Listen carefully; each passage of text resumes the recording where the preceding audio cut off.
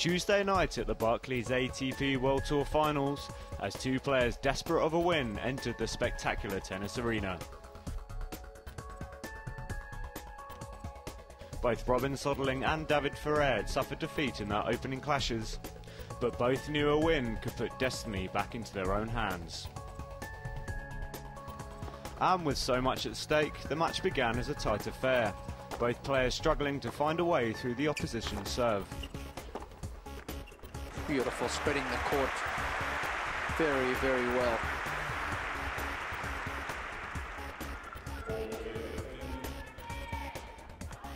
But as the tie-break loomed, Soderling looked to have found the chink in the Spaniard's armour.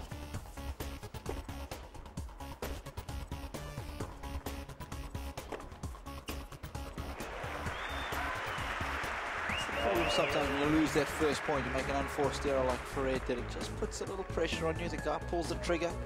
Ferrer did claw his way back to deuce, before at the sixth time of asking, the Swede finally capitalised on a breakpoint opportunity. This time he makes it. Smiles all around. It was a tough set of tennis, nip and tuck all the way. Soderling eventually prevails. Set 2 began in a similar vein to the first, before this stunning rally once again gave Soderling the upper hand.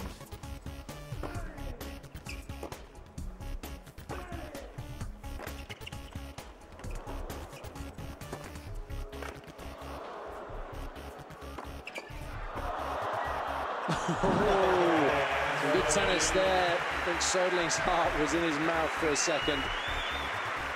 But he does get the break. But, as we've come to expect from Ferrer's never-say-die attitude, the Spaniard fought back. And again, it's the forehand that lets Soderling down. Ferrer is rejuvenated. But once again, the world number 4 seemed unwilling to let a tie-break decide.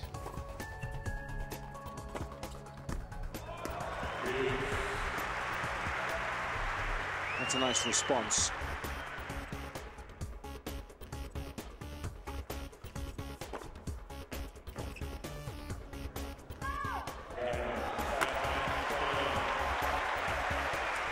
The end was a little anticlimactic, really. Soderling be disappointed. He didn't put it to bed initially. Ferrer gave a spirited fight in that second set, but it wasn't enough. Soderling, who improves his record here in Group B to 1 loss and 1 win now. So he still has a fighting chance of moving safely through to the knockout stages. A winner tonight in 2 very tight sets, 7-5, 7-5. You know, I gave myself the chance to qualify now. Of course, I have a tough match to come, but you know, at least I have the chance, and hopefully, you know, I can play really well in my last group match. Soderling's straight sets victory means it's all still to play for in Group B. All of the top 3 still able to gain qualification, although Federer is looking very comfortable on top.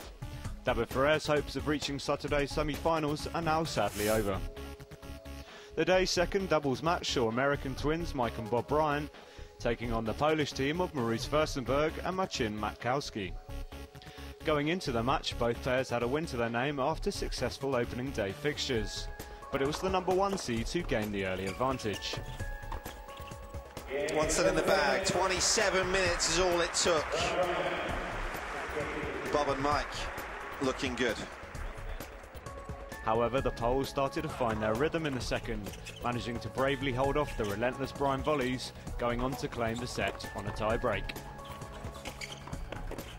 Yes, what a point!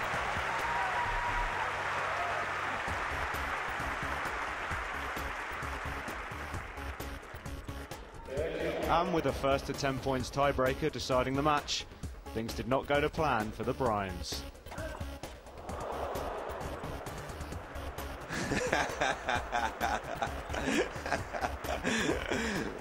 That is rather amusing. For the brotherly love.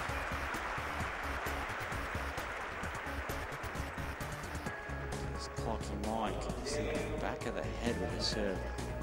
Came completely off the frame.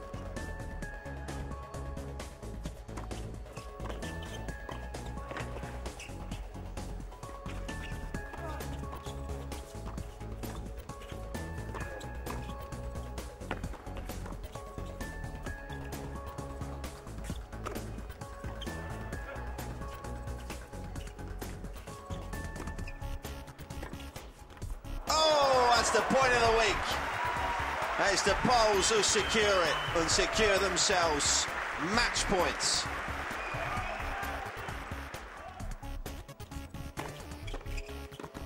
The Bryans are beaten. The world #1 pair have been down, and there is still work for them to do to reach the final four. A set and a break they were, match points in hand. But this pair have caused a major upset. They've beaten the Bryans for a 6th time in their career. Fyrstenberg and Matkowski, top of the group now. They win it in a final set match tie-break. 10 points to 8. Good stuff.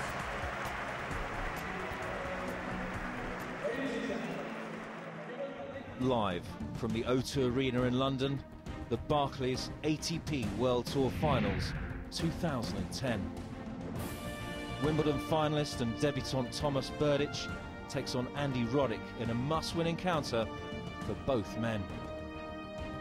Then the 2 top seeds in Group A will go head-to-head. World #1 Rafa Nadal and 2008 champion Novak Djokovic in a rematch of the US Open final. Catch up with the highlights, interviews, features and all the live action on tennistv.com.